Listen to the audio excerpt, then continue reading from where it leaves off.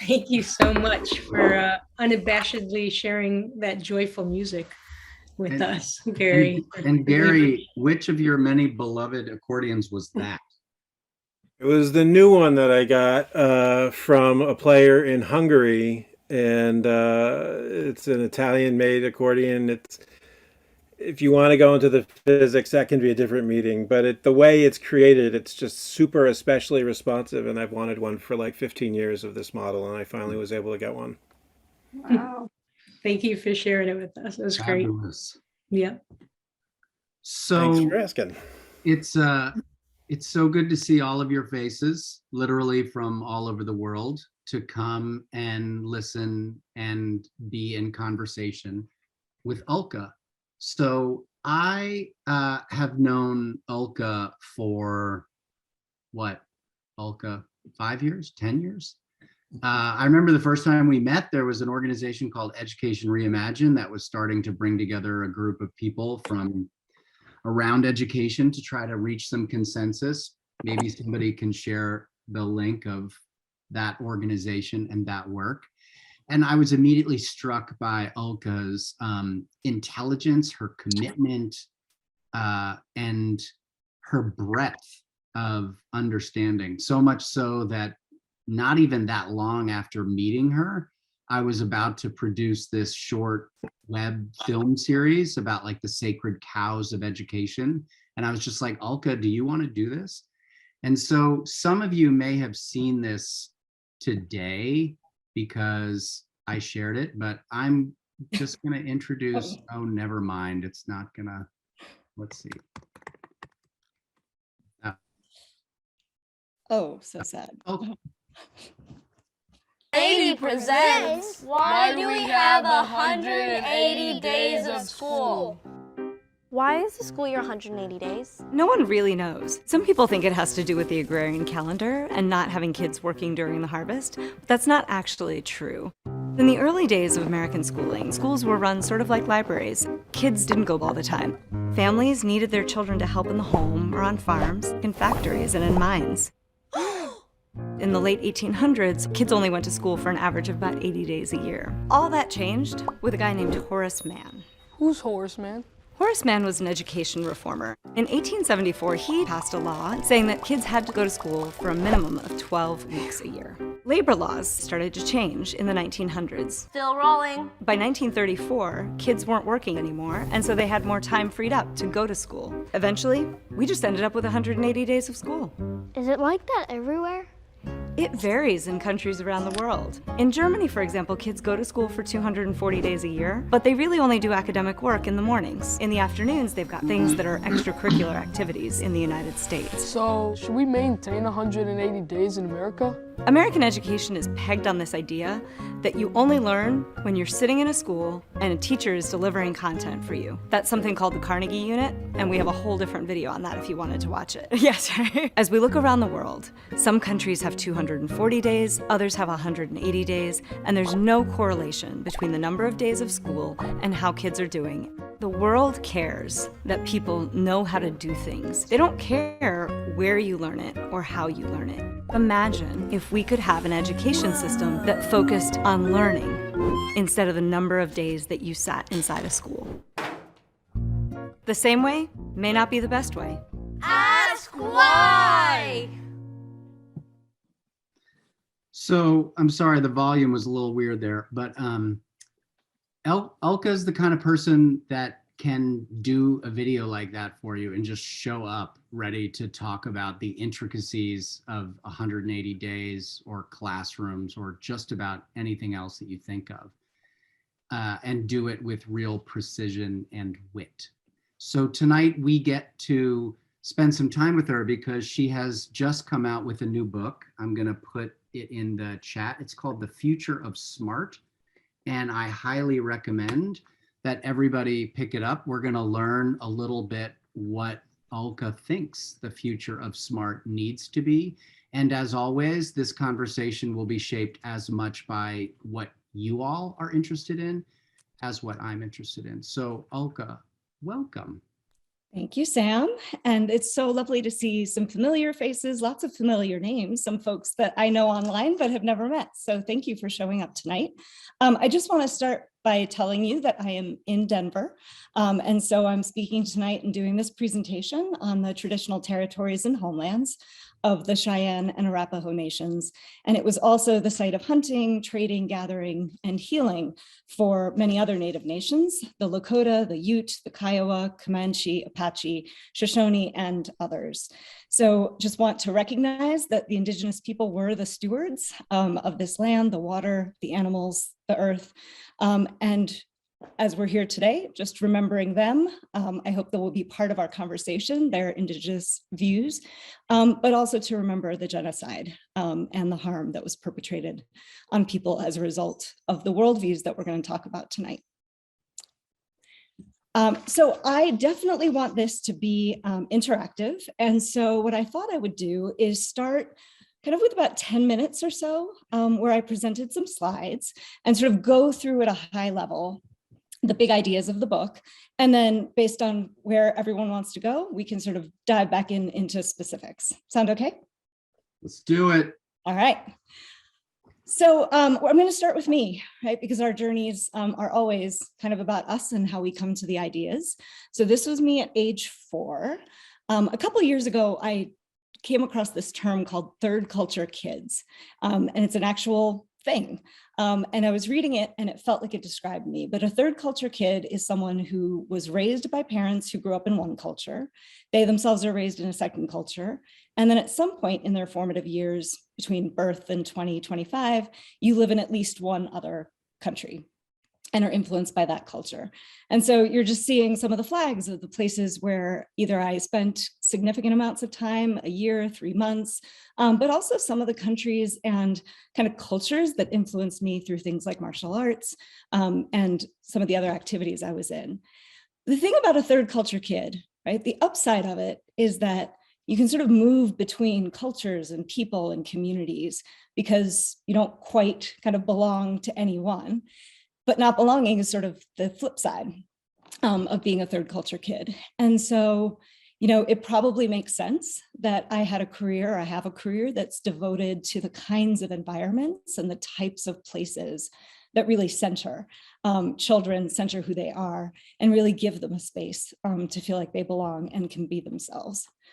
So I studied to be a teacher. I studied to be a teacher in part because of the teachers I had. So I came to the States for school. Gujarati was my first language, so I was an English language learner. But my parents, you know, they sent me to the local public schools, but they themselves didn't go to college. But they always gave us this sense that learning and education were important, but they were also very broad in how they defined that, right? So learning was partly about the places we went to visit our family around the world. Learning was about the people who came and like lived in our home for months on end as they were immigrating to the US. Learning was about the plays we saw. It was about the kind of things that I thought about or studied outside of school. And my dad would always say, you know, he's like, so what did you learn? Write it down. And as I got older and went into high school, you know, he'd go to the school sometimes and he'd say, well, why can't she get credit, you know, for what she learned? And so I really kind of grew up with this idea that learning happens everywhere all the time. And I had teachers who I think were the tail end of a generation of teachers who had been in the classroom for 20, 30, 40 years. And so they really understood children. They understood teaching, and I benefited from that. So when I decided I wanted to be a teacher, I studied philosophy and German in college. And then my dad said, please do something that will get you a job if you need it. And so I studied elementary education and went to teach in Newark, New Jersey in 1999. And I had this idea of what teaching was going to be, right? I thought we were going to do like experiments and kids climbing up on tables and we'd be listening to salsa music. And that was not Newark. Newark was doing No Child Left Behind before No Child Left Behind became a thing. And so, you know, there were weekly literacy tests and math programs and computer-based kind of learning. And everyone was talking about equity and about test scores, but they weren't looking, I didn't think, at the children in front of them and really thinking about who they were and what they needed. And so I left the classroom. I spent a couple of years at a foundation. And while I was there, I got to go and see lots of different kinds of schools, right? So I saw some of the first college preparatory charter schools, but I also saw Montessori schools and Steiner schools. And that got me back to the questions that I was so interested in college, right? What's the purpose of education? What accounts for how different programs are different? And why is it that in the public system that was shifting so much, you didn't have these kinds of human-centered experiences? And so answering those questions has been the work of the last 20 years. And this book is sort of my synthesis and compilation of some of the ideas. So, when we talk about the future of smart, the irony is I think we actually have to look backwards, because I think too often we focus on this thing called the factory model, and we focus in on factory as a way of being organized, as opposed to a factory being something that reflects a set of values and assumptions about the world and how the world works. So we sort of need to go back to a place about 500 years ago. Before that time, I would say that human societies the world over really had a similar sense of themselves as embodied beings, as connected to the earth, to the land, to other animals.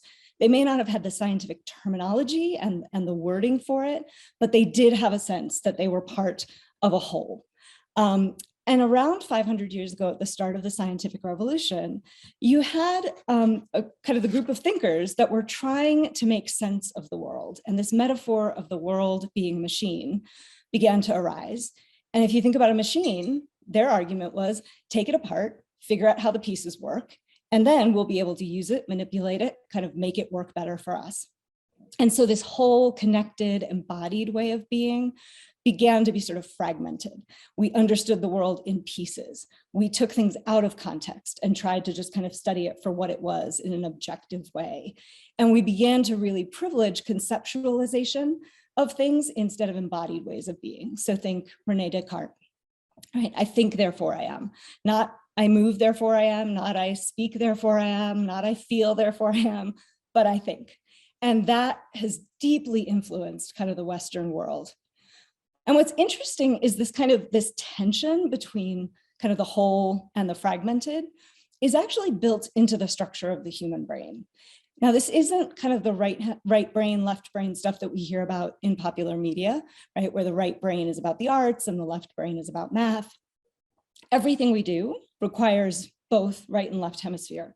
But what seems to be true is that the right hemisphere is like the large end of a funnel.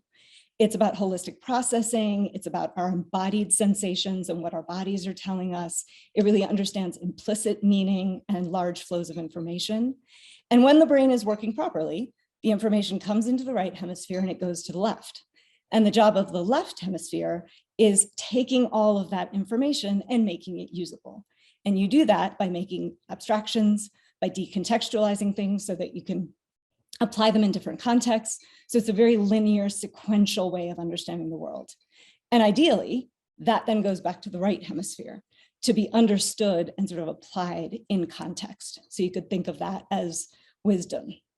Now, there's some interesting kind of research and scholars who have been arguing, and I tend to agree with them, and I think this is why this group is here, that over the last 300 years, the world itself has become dominated by a left hemispheric way of being. And that plays out in kind of two different worldviews.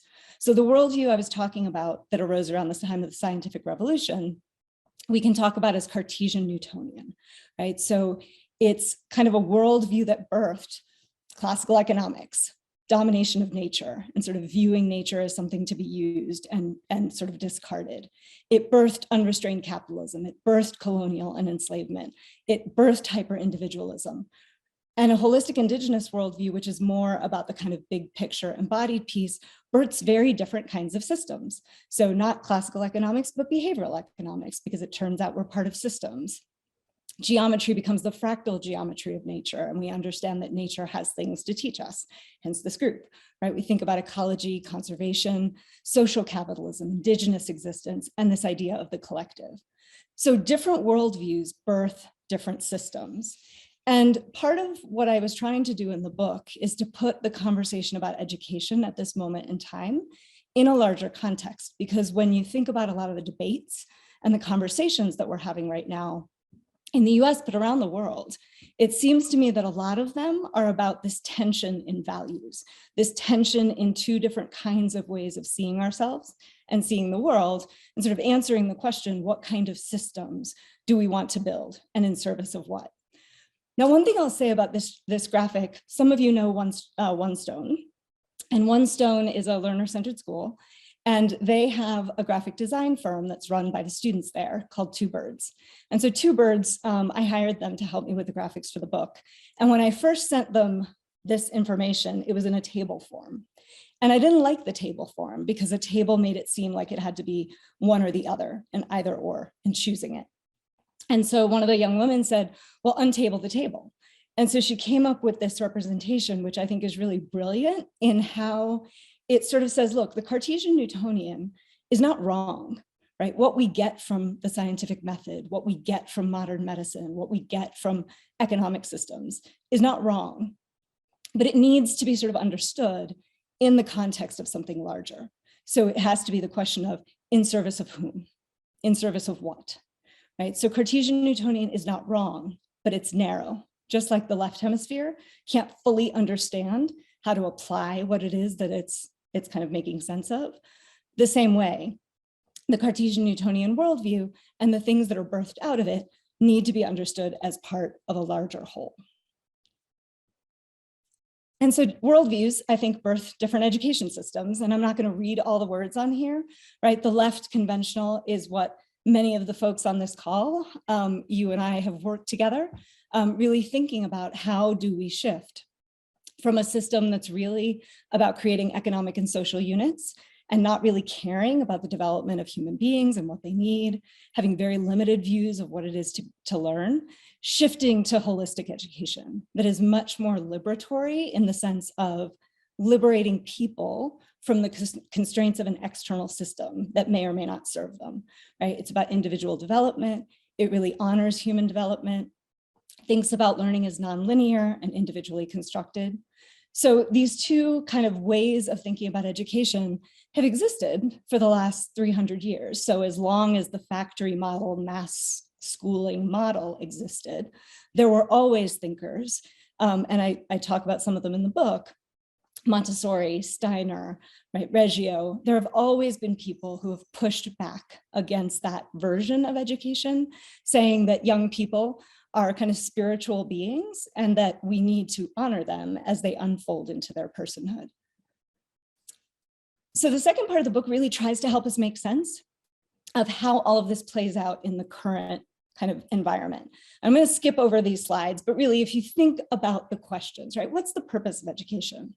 How do we think about the developmental needs of kids? How do we think learning happens?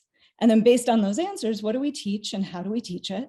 How do we help adults prepare to do it? And then what kind of systems do you need to kind of wrap around all of those? And what ends up happening is I did about 2.5 years of research visiting lots of different schools, but you get these kind of three buckets of schools, right? The conventional is what we would think of as the factory model, very focused on college prep, very strong on core. It does social emotional work, but it's very functional, right? We do socio-emotional curriculum because it helps young people do better academically. The character work is, here are the 6 habits of scholars. If you forgot your homework, you're not responsible, right? So it's a very cut and dried kind of way of doing education that serves, frankly, a limited range of minds and humans. The middle bucket, this whole child innovative reform, I would say is about 95% of what we see out there. And I think it's blossomed over the last 20 years of reform, because I think of it as a bolt-on. So we know what doesn't work in the left-hand side column. And so we bolt on fixes, whether it's culturally responsive practice or project-based learning or socio-emotional curriculum, but we bolt it onto a fundamentally flawed system. And both of those two, the conventional and the whole child innovative reform, are birthed out of that Cartesian Newtonian worldview. And then the right-hand side column is human-centered liberatory. And I'll just make a note here because people push back on me a little bit with human-centered. And they say, well, we don't want to put humans in the center because we're part of a broader ecology. I think in the holistic indigenous way of understanding human beings, we understand that we are part of a whole. And so there's a reciprocity in understanding that we are part of our environment and our context is part of us. And so when we talk about it being human-centered, it's the human being and the context, including nature and the broader world. But this human-centered liberatory, I'll just point out a couple of things. I mean, the diagrams themselves show that it's much more complex. And they start down here, right? When I ask them what they're doing and why, they say we're about helping to create thriving people who have what they need in life. And part of that is academic. It's all these other things: identity, purpose, belonging, sense of self. And they're very grounded in relationship to community. So students are going out into the world to learn. The community is coming inside to be part of the learning experiences. The social emotional work is very rich. They're essentially doing trauma-informed practice, but it's not a program, right? It's woven into the fabric and the structure of relationships in the school. And they do really strong character and social justice work. Social justice because young people are out in the world and the world is coming in. And so young people are seeing the things around them and asking sort of, why is it that way? And learning by doing in terms of what they can do to engage. And the character work is much richer, right? You didn't do your homework, well, why not, right? You're responsible in the other 3 areas of your life. So how do we help you be responsible across all of them? And then the academic part is really interdisciplinary engagement. And they're much kind of more even across core, non-core, and cognitive skills work. And then the last slide I'll show you is just how these fall out in age bands. So they look different in elementary, in middle, and high school because they are really attuned to the developmental stages of human beings. So that for younger kids, right, the relationship to community is about fostering a sense of independence, right, from your family, from your parents. For middle schoolers, it's relationship to community, but with a sense of belonging as you are trying to pull away from your nuclear family and find your place in the world. And then for high schoolers, it's really focused on identity. So answering the question, who do I want to be in the world and why? And then the academics, the same way, right? For little kids, it's a sense of connectedness. You can start with their interests because everything is connected. And so how are you helping them make sense of the world? For middle schoolers, it's answering the question that my 2 teenage sons ask me all the time: why should I care, right? So how is it relevant to me? And then for high schoolers, it's a sense of purpose, right? So how does my education fit with this growing sense of my identity and who I want to be in the world? And so I just think that this is a moment, right, when we have to move from these conversations around equality and equity that I think are still about defining the game in very, very narrow ways to a liberatory approach that is saying, actually, everyone doesn't want to play baseball. I wanted to have like 25 kids on this, but we couldn't do it graphically, right? But there should be kids taking down the fence and kids walking away and kids ignoring the game altogether because that's not what they want to do. But that liberation is really about each person kind of understanding and growing into who they want to be. And it seems to me that we're at this really interesting moment where we have both a moral imperative to do it. Right? I don't think we can get to racial justice and equity by bolting things on or tweaking a system that was birthed out of a worldview that allowed us to perpetuate genocide on people and enslave people and to colonize people. So we have a moral imperative, if we believe in racial justice and equity, to design out of a very different set of values. And good for us, we happen to live in a moment where the world is changing and everyone is coming to recognize that what young people need is the capacity to live in the world as kind of full human beings with their human capabilities really intact and strong. And we're beginning to understand the value of neurodiversity. So the idea that smart can mean lots of different things and look lots of different ways. And that part of the work of school is to allow that to sort of unfold for young people. So I will pause there.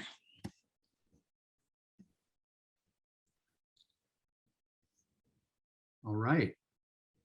So I want to ask a question off the top, and then as always, I want to invite everybody else to enter the conversation as quickly as possible. If you don't have the chat opened, I recommend that you open it because it provides not only a parallel way of sharing thoughts and reactions, but it's also a way to let me know that you have a question. And the question I'm about to ask, Alka, it's a big one, and it's not even fully formed in my own head, but I know you can handle it. We do. It relates to what I'm thinking of is the continuum of our own capacity to understand ourselves in right relationship with the world. And I'm thinking about the fact that, as you said, the way we have understood our relationship with the world through the Cartesian Newtonian worldview is the world is for us to just do whatever we want with, and it doesn't matter. We are apart from it. Mm-hmm. Now, I recognize that there's a continuum of change and a pace of change that is required in order for those of us that are educators to even think about these larger systems and how we put people in a position to begin to think more intelligently about how to change their schools. Mm. But what I'm stuck on is you said human-centered, and then I shared in the chat that my partner Lee uses humanity-centered. Yeah.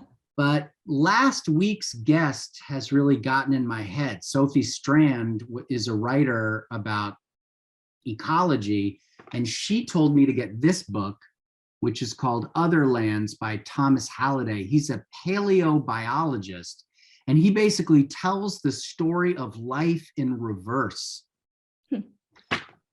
And the reason I bring it up is, as you might imagine, when you tell the story of life in reverse, who cares about the human-centered or even the humanity-centered? It's like, it's a blip. And so now the crux of the question for you and for everybody, which again, as I said, caveat, half-formed, as we think about the pace of change that's required and what we want to move to. And as I hope we can also acknowledge that actually the most advanced way we could think about centering humans is by decentering humans as a way to place them more in right relationship with the world. Mm-hmm. But that's such a big thought, and we're still having like debates over whether to teach cursive in 4th grade. So, how do you make sense of and think about in your own mind, not only those issues, but how to approach those issues when one is concerned, as I know you are, with not just sharing ideas, but actually having those ideas lead to meaningful work on the ground? So I'm trying to think if I'm getting the nugget of your question right, Sam. So is it maybe it doesn't make yeah, any I mean, and so I'll give you what I think the nugget is, and you push back. But like, I mean, what does it take to get from here to there in sort of the context of the world that we're in right now? Like, what would be now? It turns out that's the 3rd part of my book. But one thing yeah, you're like, you skipped the 3rd part of the book. I'll say a couple of things, right? I think. And this is true as we're having conversations about race and racism and how we relate to people who are different. Like, I think of the left and right hemispheric ways of being as muscles. And the right hemispheric way of being embodied, of remembering that I am part of a whole, of operating out of a sense of abundance, right? Those are muscles that we weren't taught to exercise in our dominant culture, whether here in the US or everywhere else where all of these ideas were sort of exported. Through colonization. And so I think a large part of this is about remembering that there's different layers to the work. So like a fractal, that you're going to have the individual work that has to be done in terms of each of us, exercising and building the muscles that we need to sort of be in relationship in different ways.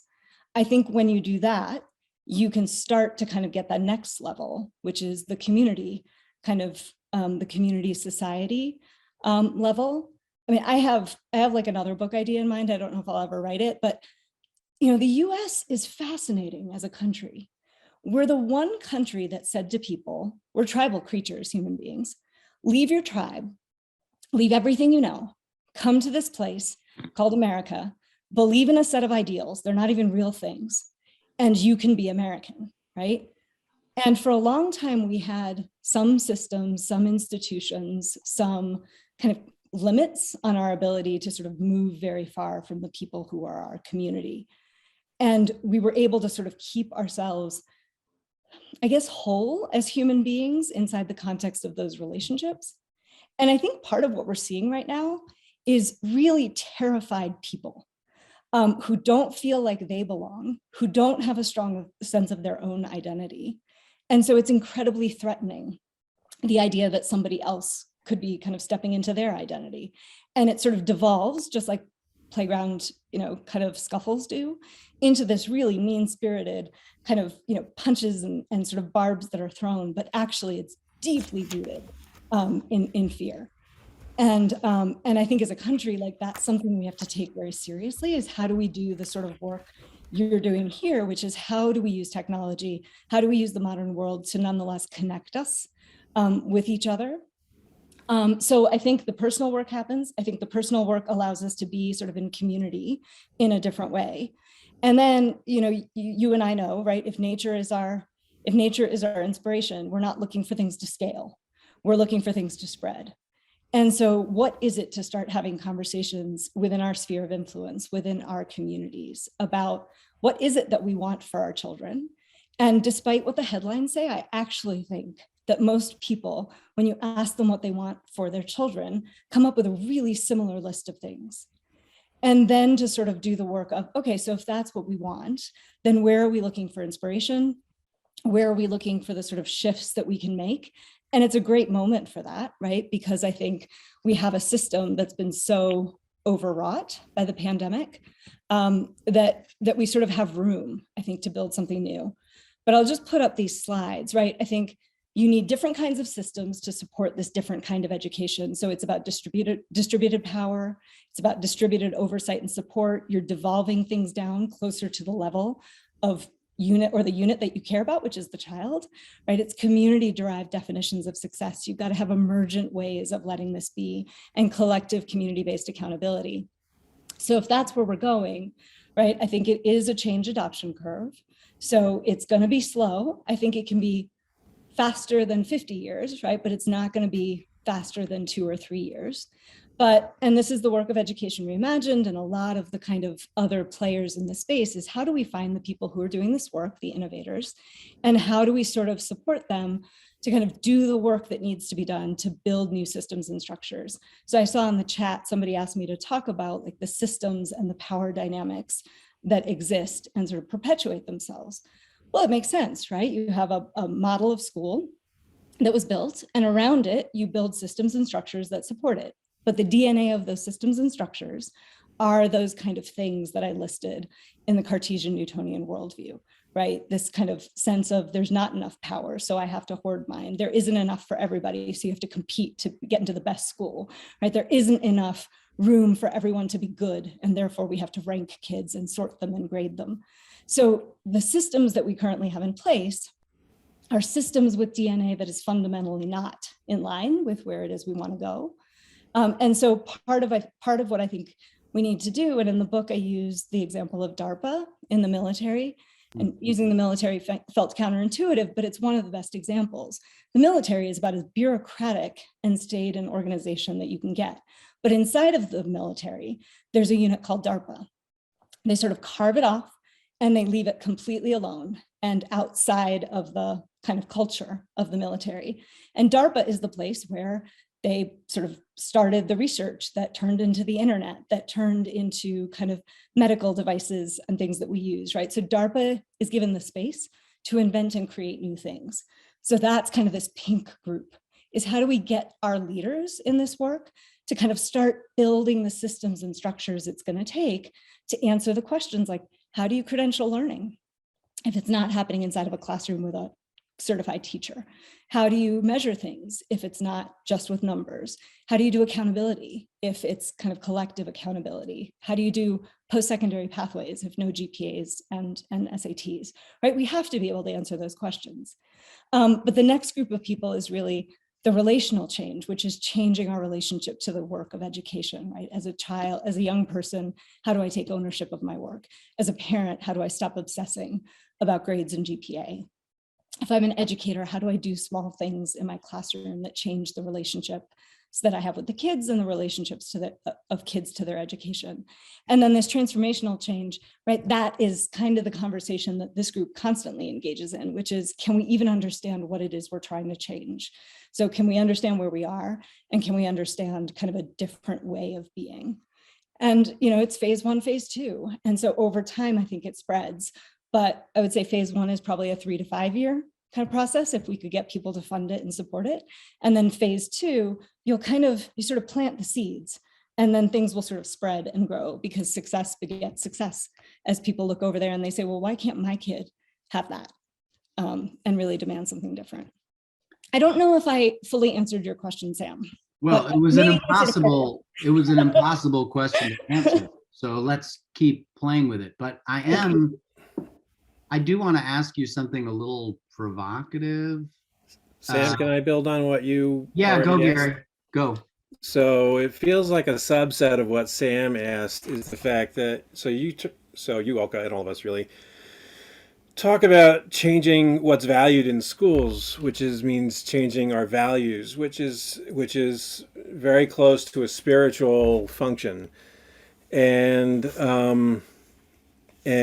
very often I feel like a preacher, and I use words like ethics and in indigenous pedagogy, they have a definite spiritual core to the work they do.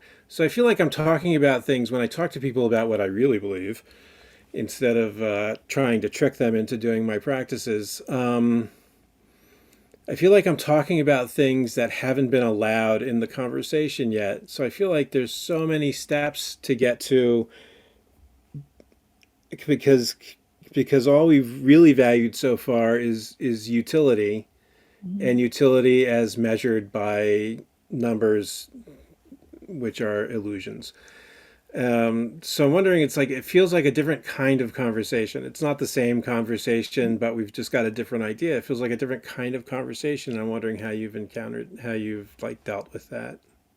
I mean, we've all encountered it, which is why I think in general, this is going to be a coalition of the willing kind of move in the beginning, right? Which is, how do you find the people who are doing the work, who want to do the work? And I think post-pandemic, I think there are more and more people who are coming to that, including parents and students who are saying, we want something different because this really doesn't work for us. So I think it is about the coalition of the willing. But what I think is interesting about those concentric circles, it's interesting to me what people's entry point into a holistic indigenous kind of way of being is, right? For some people, their passion is, we need an economy that works better and that is fairer. And that's kind of their fight. For other people, it's got to be about wellness and wholeness and taking care of my body. For other people, it might be criminal justice and what is it to treat people as human beings. And so I've always found it really interesting to kind of see where people's hook into the conversation is, and then to help kind of, just kind of point out or share that actually, what you're talking about, it's really these values that you're promoting, and what would it mean for that to be the case across, different contexts. And so I think there's something really interesting about the fact that there are different entry points for people into this work. And as far as the spiritual piece, it's interesting. I use the term mysticism in the book, right, instead of religious, because I think religious is very much the mediation of myself, my deepest self, with something larger through institutions. And mysticism is really this idea that we can all connect to that individually and directly. And again, I think we are seeing an interest in that, because I think the Cartesian Newtonian way of being inflicts trauma on us as human beings, because it doesn't allow us to kind of sit inside of our full humanity. Mm-hmm. And so I think there is this yearning, and I think this is the moment that we have to kind of tap into it and give people language, vocabulary, and sort of constructs for making sense of it, that they can then tie to the conversations and decisions they're making in their everyday life. Nancy, I wonder if you would be willing to share out loud what you just wrote in the chat. And then I wonder if some other voices would be interested in responding first to Nancy's point, and then we'll kind of come back to Ulka. So would you don't need to read it. You can put it in whatever. Well, I'm just worried. I'm always worried that people don't see themselves as worthy or worth anything. And I think it's because they haven't had an opportunity or the encouragement to look within at themselves as their own person, not how somebody else sees them, but as the capsule of values and virtues and clear thoughts and clear beliefs. I just think too many people haven't had an opportunity to clarify what they really believe and what they really think. And until somebody can see something good about themselves, they won't ever feel like they have anything to offer. And if they don't feel like they have anything to offer, why should they bother to be part of a community? So I think it's just so important that we, as adults, educators, whatever, people need to take the time to help people see their own value so that they can really appreciate who they are and what they have to offer. Kathy Minardi, I'm wondering what you're thinking about that. I knew you were going to call on me. It's so good to see so many friends here in so many contexts. I knew this would be incredible, Alka, and it is. So thank you so much. I have some kind of random pieces. One is that I just recently I'm an alumni of Fridtjof Capra's course and his wonderful work. And he has done so much in enhancing and advocating for Montessori as well. He sent a piece out for alumni to look at something that's just starting up called Ecoversity. And it is a group of innovators who are looking at the university level, which is the fourth plane in Montessori human development. And Ecoversity, the center is echo, which includes us, among all in the world. I haven't really followed up to dive into it yet, but I'm going to. And it occurs to me that so much of the Cartesian side, the factory model, etc., can't let go of it because university drives it. You don't get into college unless you buy into submitting to that. And if the university level could shift, that's a hope of the rest of it having permission to shift. So that's really, that's fascinating me. Another thing that is a bit of a hope, I think, is Robert Keegan at Harvard, in delivering his course on adult development, mentioned in 2020, April 2020, that it's actually on YouTube in his Minds at Work course. He talked about that about 3 to 5 years after the plague in the 1300s, there was an enormous shift societally. And that's when, the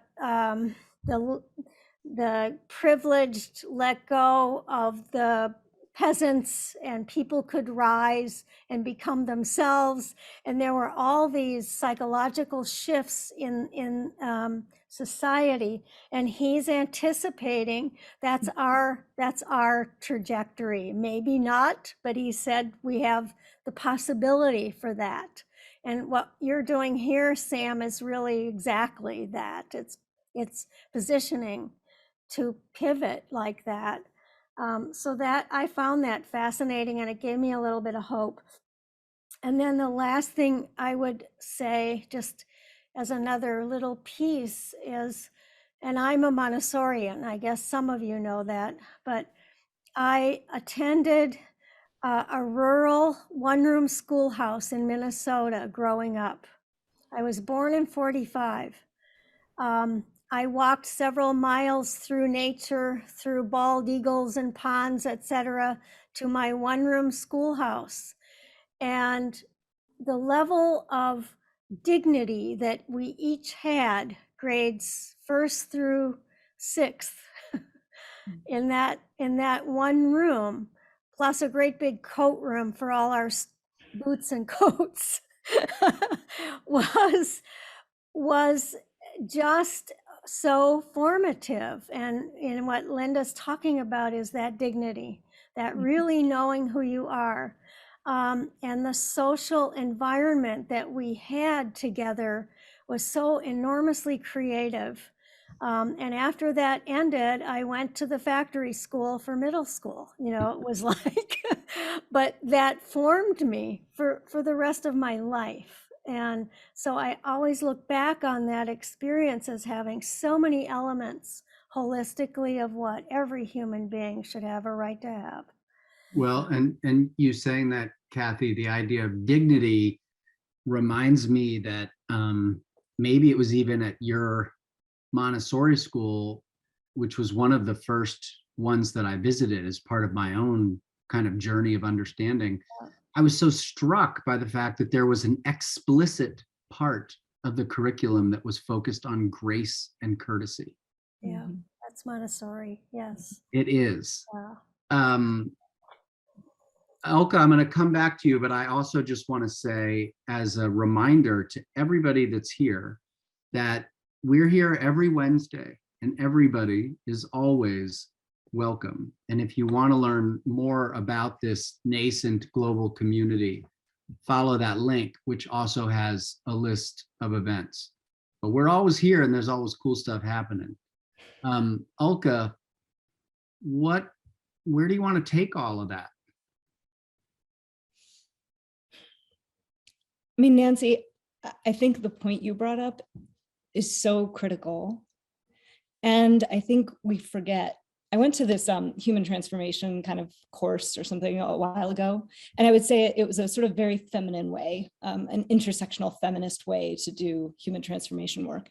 And a large part of it was this idea of, you have to do this work inside of community, and we're going to very quickly and very intentionally and very intensely build a community inside of which you get to see yourself reflected back.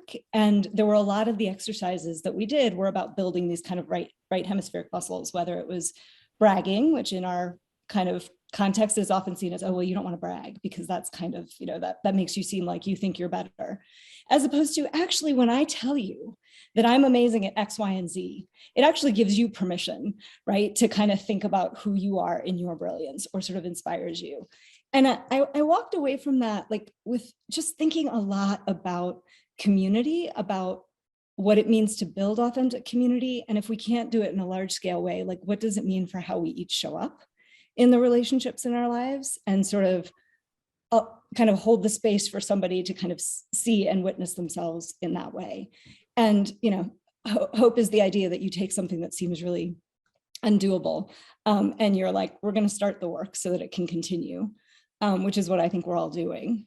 But I agree with you. And I think I try to remind myself day to day that this is how we do it. I do think there's something really important too about young people. You said leave it to the young people. I mean, that's the funny thing, right? Young people are educated in part in the conventional system because they're the ones who always ask, why does it have to be this way? And so this whole countercultural nature of the holistic education movement is intentional because it's going to be them that kind of see through some of the systems that exist right now and say, no more. We just have to get them to vote. I see that Payman has a question. And then Brett, I think, wanted to address Nancy's question. Yeah. Let's go to Payman first. Thank you, Sam. Kia ora, Olcott. I really enjoyed your talk. There's, I don't know if you folks know much about New Zealand, but New Zealand is one of those progressive countries where relatively there's a good relationship with the indigenous population. And at the moment, there's a big push to include indigenous knowledge in our teaching, particularly in science teaching aspect.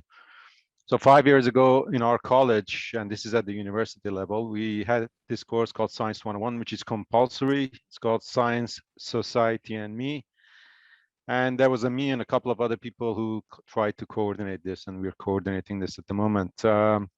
Anyways, to cut a long story short, became apparent to me a couple of years into this course that it's pretty soon became a course about Western science against indigenous science, sort of a deal where various lecturers presented, the tables you had about the Cartesian and then the indigenous knowledge systems, and so it became a bit of a us against them, that sort of a thing, and I. On top of it, the students have a hard time really dealing with all of this aspect of it. It's kind of really fresh to them. They don't really understand it. Definitions are really vague. And but after 6 years, I've kind of and then when you think about it, I think presenting dichotomies like that are not really useful for any sort of a knowledge system, because it isn't true that Western science, and I hate to use the term Western because the vast areas of science come from Eastern cultures, and is totally reductive or it's Cartesian. There's vast areas of science that are actually holistic, okay? But there are vast areas that actually deal with non-material stuff, consciousness, spirituality, particularly nowadays in the neurosciences. And on the other hand, on indigenous knowledge systems, it's not true that they only kind of looked at the world in a holistic system. I mean, to have really good agricultural practices, you have to have a reductive way of thinking about stuff. You have to be careful experimenters, observe what's happening with what you did, and go on. So human beings, I guess what I want to say is it's really the starting point should always be what makes us brothers and sisters in viewing the world. And human beings have always used any cognitive framework to understand what's happening around them. It's just not one or the other. It's just what's the most useful at that time, right? So yeah, anyways, this is kind of it's been the lesson from coordinating this course. And I would really like to maybe at some stage write about these experiences, or kind of try to get rid of these tables that are constructed with the really good intentions, but they downstream, they don't really improve our understanding of who we actually are, which is we are really complex creatures that view the world in many complex ways, and we are not one way or the other. We're all of them, Well, and I for one am not not surprised, but pleased to hear that in a country like New Zealand, there's already such proactive work of integrating different ways of knowing into formal structures of knowledge. Alka, I don't know what your thoughts or reactions are. And before you respond, I want to say it's 9:04. I don't want you to think that I haven't noticed the time. Can we all stay another 10 minutes or so, just so everybody knows? So yeah, Alka, your thoughts? It's interesting what you said, because I was having dinner with friends who just moved from New Zealand, and they were just saying that New Zealand was unlike Australia and unlike other places. Like, there were treaties with the indigenous peoples that were sort of upheld in different ways. And so the level of genocide and the level of sort of, just undermining indigenous ways of being in New Zealand was very different and distinct from almost anywhere else in the world. And they were talking about their son's education and kind of noting what you did. But please send us the work when you start writing about it.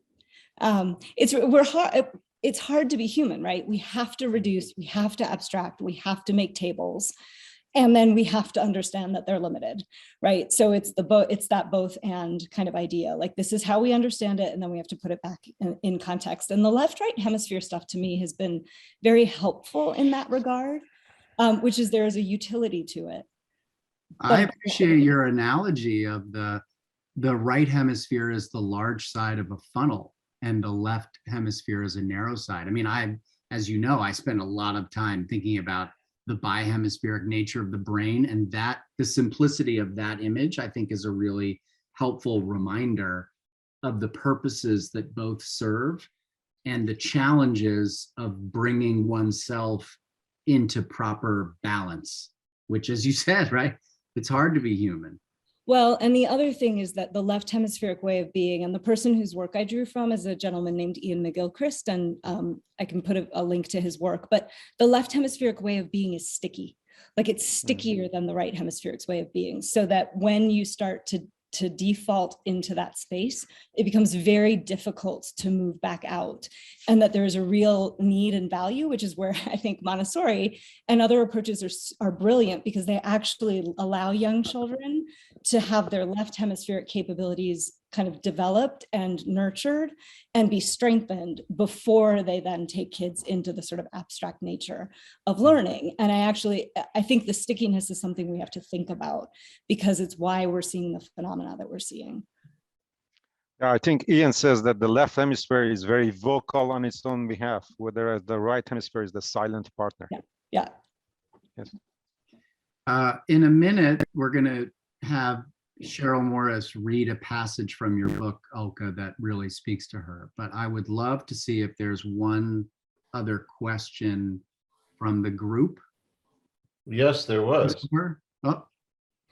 Oh. So what was Nancy's question again? Like, how can students have a voice and participate, right? So the whole point of the course that we're teaching is self-determination. Think of an idea and do it. You know, you want to have a bakery? Have a bakery. There's a bakery in the school. The motto is, it's closer than you think, you know, because who knows there's a bakery in the school. So I was talking about it with one of the teachers, because the students, having gotten all this self-determination, decided they were going to have a party downstairs without their lovely principal's permission, and they just arranged it, and they got the food, and they just did it. Which is something I don't think they would have done before this year, when they've been doing all these things by themselves. So they did it. And so I was talking with, not the teacher I co-teach with, another teacher in the middle school. And I said, you know, that's what we're doing in our class, self-determination. And she said, well, in our class, we focus on follow through and cleanup. And I said, wow, you're better than me. Because, you know, it's good sometimes to just keep it simple. I mean, self-determination is simple too. But well, and you know, a good test of any community, whether it's an elementary school or a business, are all of the things that you incentivize things in which people are following the rules? Or are there any ways that you are explicitly inviting people to ignore the rules, break the rules, which I think all of our organizations need more of? Chris, you had something you wanted to ask.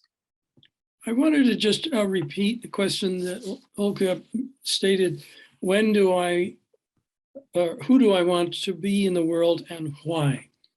And I want to connect that with the proliferation now of gap year programs, which are popping up like mushrooms, and I think it's great. But the reason it seems to me that these are so sought after by young people is that they are experience starved. And that's not so much the case, as you pointed out, with Waldorf and with Montessori and expeditionary learning and so forth. But in the mainstream, the kids are really thirsty for the kind of experience base that can help them answer that question. These gap year programs, which give people service opportunities, can send them overseas, maybe have a seminar and sort of who I am in the world. I think there's a lot, that's a sort of a symptom of a Newtonian Cartesian deficiency that you've been pointing out. Yeah, Christopher, before Ulka responds, you said that they popped up like mushrooms, and I don't know how many of you were here last week when Sophie was reminding us all that a mushroom is a fruiting body, but it's just the visible manifestation of something much deeper and more interesting that is occurring underground. Olka, your thoughts on this proliferation? Oh, I think it's great. I mean, I think back to my life. I mean, I spent my senior year of high school in Germany, and I'm sure I did things that if I was a parent I would like die at, but it was a huge part getting out into the world. I was saying to my middle schooler, I said, you know, at this age, you want to take risks, you want to push yourself, you want to kind of like explore the edges of your capabilities. And if there aren't healthy ways for you to do that, then you're going to find unhealthy ways to do that. And I think, you know, that's kind of what we're doing with our kids in schools. And I think we're seeing the mental, emotional fallout of that with, right, when the Surgeon General is telling us there's a pandemic of youth unwellness, like that's a huge mental health unwellness, like that's a huge thing. So I agree with you. It also reminds me, and many, but not all of you will be familiar with, that seems long. Nope, that's not it. Sorry, I was trying to get the link. Maybe somebody else can do it for me while I describe it, which is Minerva University. If you're not familiar with Minerva, it is one of the more interesting models of higher education where kids basically just spend not only their senior year in Germany, but all 4 years all over the place. And they literally describe it as higher education with purpose. So very much in the spirit of what we've been talking about tonight. Thank One you. thing I will say, Sam, just to interrupt though, I think the whole issue of higher ed is something I hope we can come back to in a future talk, but I think that the model of higher education that we have, it has been disrupted. It's going to continue to be disrupted because the model, the idea that you go for 4 years, you learn, and then you're done is just ridiculously outdated. And I think corporations, employers, lots of people now are starting to say that and be like, look, it's not about a BA. It's not about a whatever. It's about certifications. It's what you can do. It's come and learn, then go back and do a year or two. So it's going to be interesting. Somebody said this earlier, as the stranglehold of your very traditional higher ed institutions is loosened, it'll be interesting to see how that cascades down a little bit more.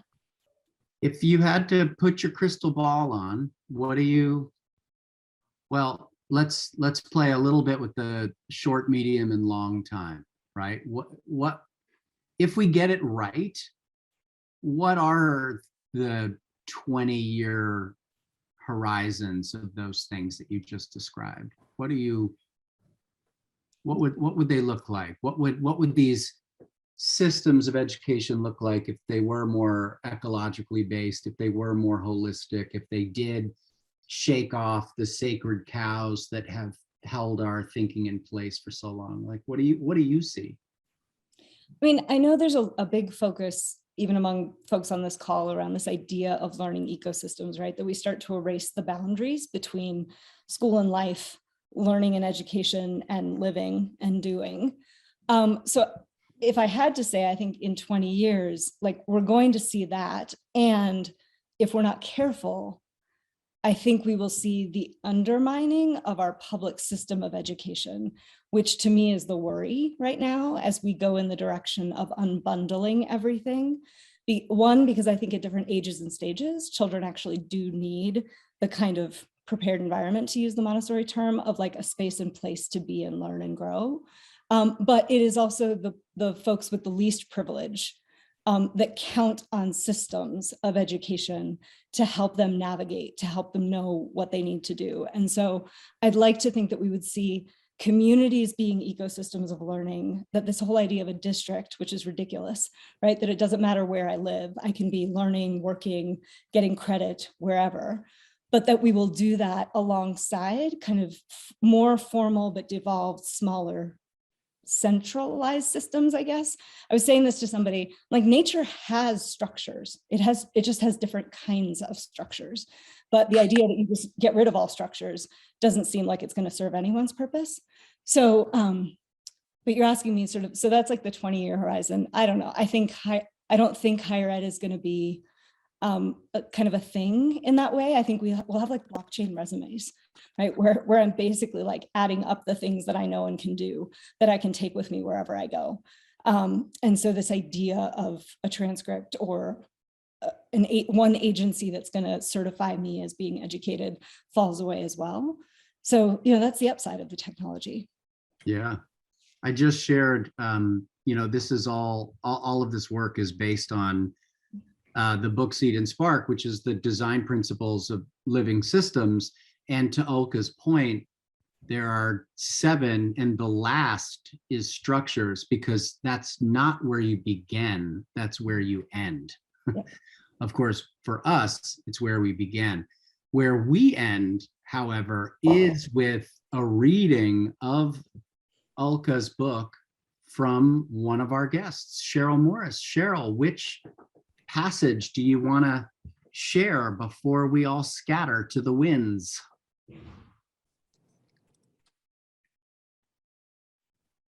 And if you are speaking, Cheryl, you're on mute. I need to unmute myself. There we go. Yeah. Olka is new to me, and I'm so very glad that I have found her. I've read her book, and this is just one part that excited me, because they often work within different silos. Educators and advocates can't always see the common goals that unite them or articulate the shared vision of education they are advancing for the rest of us to consider.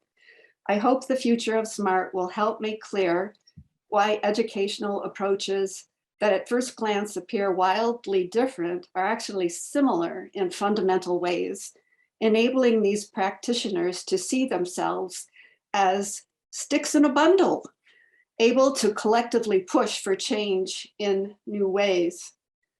I really, really like that, because I worry about the pushback that is sure to come when there's change.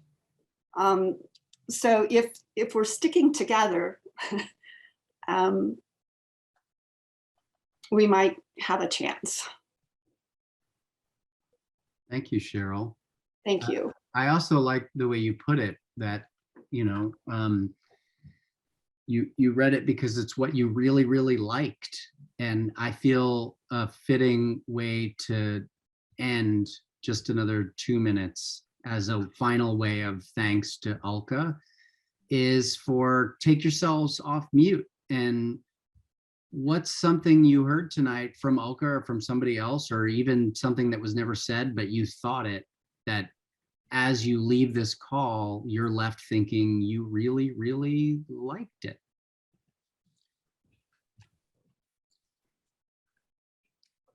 Olka, I would just say when I read The Future of Smart, and I read the passage around, and you talked about this, the way that we kind of duct tape DEI initiatives to everything else. You'd use the word bolting on. I use the phrase duct taping.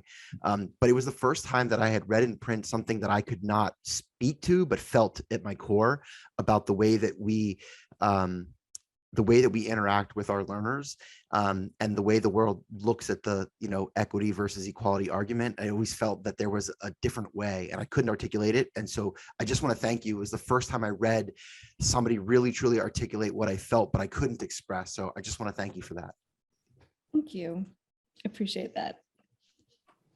And I want to give a nod to One Stone and you for making the graphics visually coherent with the intention of your message and what we're talking about.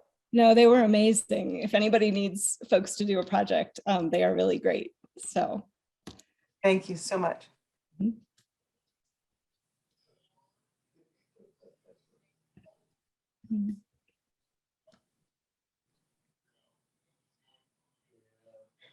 Okay, this, I can hardly wait to get the book and read it. This, you've taken this understanding to a whole new level in such an articulate way, and reframed it just so incredibly beautifully. I'm really so nourished by this time with you, and thank you so much. Thank you. Appreciate that. I do want to give a shout out. I had an amazing editor. And it was one of those lessons in, like, things happen the way they're supposed to, but I've been working with him for 5 years, and, you know, he's just brilliant. So it was definitely an effort in which I was supported. So I keep writing to him. I'm like, people told me they loved the book. So it's kudos to you too. And And now I'd like to ask in our final minute, just a few final words, just a single word that's your farewell to this group that lets us know in which spirit you're leaving.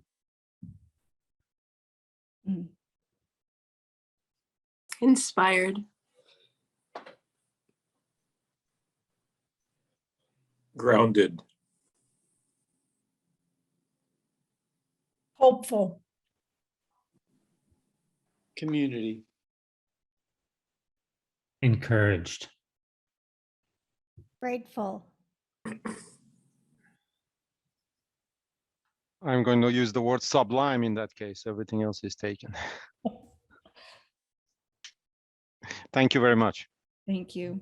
I will Thank say, I would say gratified. Thank you all. I really appreciate the invitation, and you take on a project like this and sort of put it out in the world. And I really appreciate you taking time to read it and feeling that it did something for you. So thank you.